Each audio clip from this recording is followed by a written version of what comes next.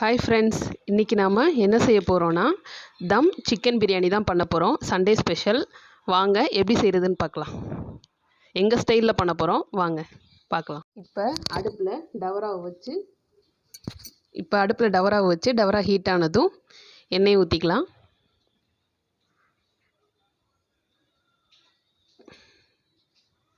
நாங்கள் குக்கரில் தான் செய்வோம். இந்த டைம் டவராவில் செஞ்சு பார்க்கலாமேன்னு செய்கிறோம். எண்ணெய் சூடாயிருச்சு. இப்போ நம்ம ஸ்பைசஸ்லாம் போட்டுக்கலாம். 2 பிரிஞ்சி இலை, ஸ்டார் ஒரு 4-5 பீஸ் எடுத்து வச்சுருக்கோம். 5-6 பட்டை, 3 ஏலக்காய், 5 கிராம்பு, ஜாதிபத்திரி போட்டிருக்கோம். நீங்கள் தேவைன்னா போட்டுக்கோங்க. அது ரொம்ப சேர்த்திங்கன்னா கசப்பாக இருக்கும், அதனால் லைட்டாக மட்டும் போட்டிருக்கோம், அது ஸ்மெல்லுக்காக. இப்போ உள்ளே சேர்த்துடலாம். இந்த ஸ்பைசஸ்லாம் நல்லா பொரியட்டும். வெங்காயம் சேர்க்க போகிறோம். ஸ்லைஸாக கட் பண்ணி வச்சுருக்கேன் வெங்காயத்தை போட்டுடலாம். வெங்காயம் நல்லா வதங்கணும். நல்லா கோல்டன் ப்ரௌன் கலரில் வர்ற வரைக்கும் நல்லா வதக்கிக்கணும். வெங்காயம் வதக்குறதுல தான் இருக்குது பிரியாணியோட டேஸ்ட்டே.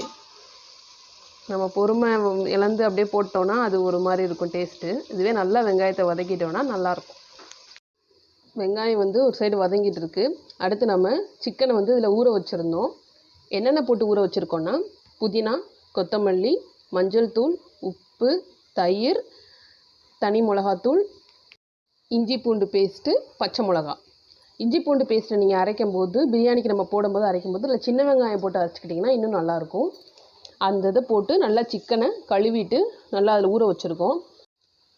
இந்த சிக்கன் இந்த மசாலாவில் ஊற ஊற நல்லாயிருக்கும். பிரியாணியில் சேர்க்கும்போது அதிலே நம்ம மசாலா போடுவோம். ரெண்டும் அப்படியே ஜாயிண்ட் ஆகி நல்லாயிருக்கும். வெங்காயம் கொஞ்சம் கொஞ்சமாக செவக்க ஆரம்பிக்குது. நல்லா வெங்காயம் இந்த ஸ்டேஜில் வதங்கும் போதே நம்ம காஷ்மீரி மிளகாத்தூள் கொஞ்சமாக போட்டு வதக்கணுன்னா அந்த பிரியாணிக்கு நார்மலாகவே கலராக இருக்கும். ஃபுட் கலர் எதுவும் சேர்க்கணுன்றது தேவையில்லை. இந்த வெங்காயம் இதில் வதங்க அந்த கலர் நல்லாயிருக்கும் பிரியாணிக்கு. பேஸ்ட்டு சேர்த்துக்கலாம். 2 ஸ்பூன் போட்டுக்கோங்க. இப்போ அந்த இஞ்சி பூண்டு பேஸ்ட் போட்டோம்ல, இதோட பச்சை வாசனை எல்லாம் போயிடுச்சு. நல்லா வதக்கிட்டோம். இப்போ நம்ம புதினா, கொத்தமல்லி சேர்த்துக்கலாம். நல்லா 2 கைப்பிடி அளவுக்கு புதினா கொத்தமல்லி சேர்த்துக்கோங்க.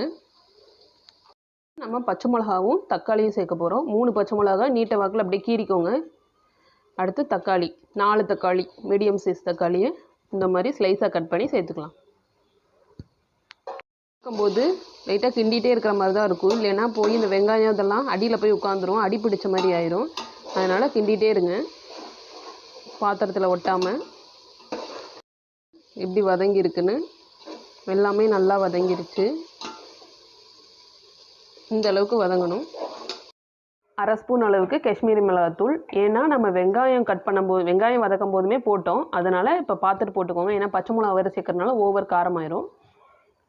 அடுத்து 1/2 ஸ்பூன் அளவுக்கு கரம் மசாலா, பிரியாணி மசாலா சேர்க்குறோம். இது வீட்டில் நம்ம அரைச்ச பிரியாணி மசாலா தான். நீங்கள் கடை பொடி கூட யூஸ் பண்ணலாம். நம்ம சேனலில் இது வரைக்கும் வெஜிடேரியன் ரெசிபி தான் போட்டிருக்கோம். செக் பண்ணி பார்த்தீங்கன்னா தெரியும். இதுதான் ஃபஸ்ட்டு நான் வெஜிடேரியன் ரெசிபி. நம்ம சிக்கனை சேர்க்க போகிறோம். அப்படியே ஒவ்வொன்று அழகா எடுத்து அப்படியே உள்ளே இறக்கி விட்ருவோம்.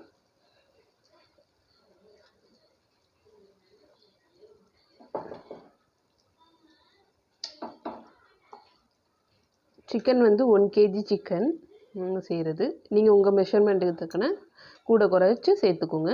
அந்த மசாலாவை அப்படியே ஊற்றிடுங்க. சிக்கனில் இருக்கிற அந்த மசாலாவை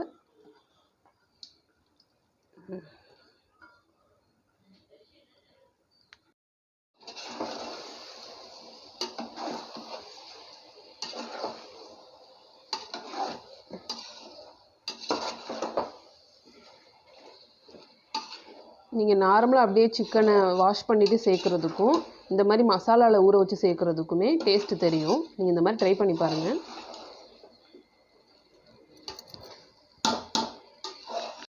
சேர்த்துக்கலாம். சிக்கனை போட்ட பிறகு உப்பு சேர்த்திங்கன்னா அதில் கரெக்டாக இறங்குறதுக்கு கரெக்டாக இருக்கும். அதனால தான் நாங்கள் இப்போ உப்பு சேர்க்குறோம். தண்ணியை சேர்த்துடலாம். இதுக்கு வந்து நம்ம எந்த கப்பில் இது அரிசி எடுக்கிறோமோ அதே கப்பில் தண்ணி அளந்து ஊற்றிக்கோங்க. 1க்கு 1.5 தான் நம்ம யூஸ் பண்ணுவோம் குக்கர்ன்றப்ப. இது வந்து சட்டியில் வைக்கிறதுனால நாங்கள் 2 டம்ளர் அரிசிக்கு 6 டம்ளர் தண்ணி சேர்க்குறோம். ஏன்னா கறியும் வேகணும், அதுக்கு தக்கன 6 டம்ளராக சேர்க்குறோம். லெமன் புழிஞ்சு விட்டுக்கலாம். அரை பழம் அப்படியே அரை பழம் லெமனை வந்து புழிஞ்சு விட்டுக்கோங்க. லெமன் வேணான்னாலும் நீங்கள் ஸ்கிப் பண்ணிக்கலாம். தயிர் ஏதாவது ஒன்று மட்டும் கூட சேர்க்குறதுனாலும் சேர்த்துக்கலாம்.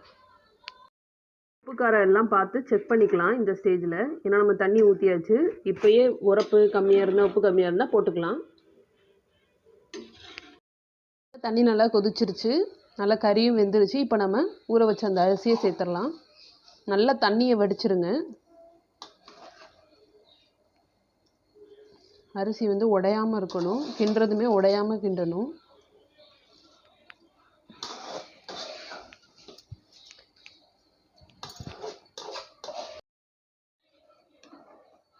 இப்போ மெதுவாக அப்படியே கலந்து விட்டுறலாம்.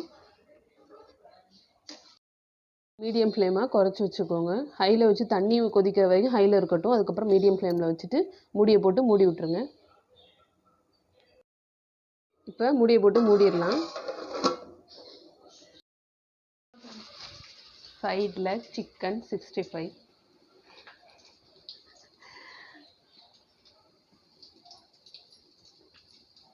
பாருங்கள், கலர்ஃபுல்லாக இருக்குது.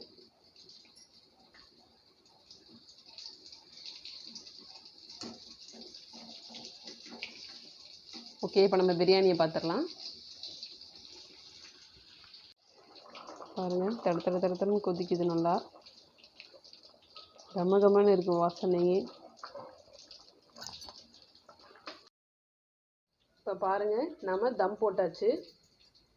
யூஸ் பண்ணாத தோசைக்கல் இருந்ததுன்னா நீங்கள் தம் போட ஈஸியாக இருக்கும். இந்த மாதிரி வச்சுட்டு மீடியமில் வச்சுருங்க அடுப்பை. பாருங்கள், நம்ம பிரியாணி சூப்பராக ரெடி ஆயிடுச்சு. பாருங்கள், ஆவி பறக்க பிரியாணி இந்த மழை டைமுக்கு அதுக்கும் எப்படி சூப்பராக ரெடி ஆயிடுச்சு. வாசனை கமகமன்னு இருக்குது. ஓகே ஃப்ரெண்ட்ஸ், இப்போ பிரியாணி ரெடி ஆயிடுச்சு. Chicken biryani, chicken 65, onion raita. இதே மாதிரி நீங்களும் உங்கள் வீட்டில் ட்ரை பண்ணி பாருங்கள். எப்படி இருந்ததுன்னு கமெண்ட்டில் சொல்லுங்கள். நம்ம சேனலை லைக் பண்ணுங்கள், ஷேர் பண்ணுங்கள், மறக்காமல் சப்ஸ்கிரைப் பண்ணுங்கள். தேங்க்யூ.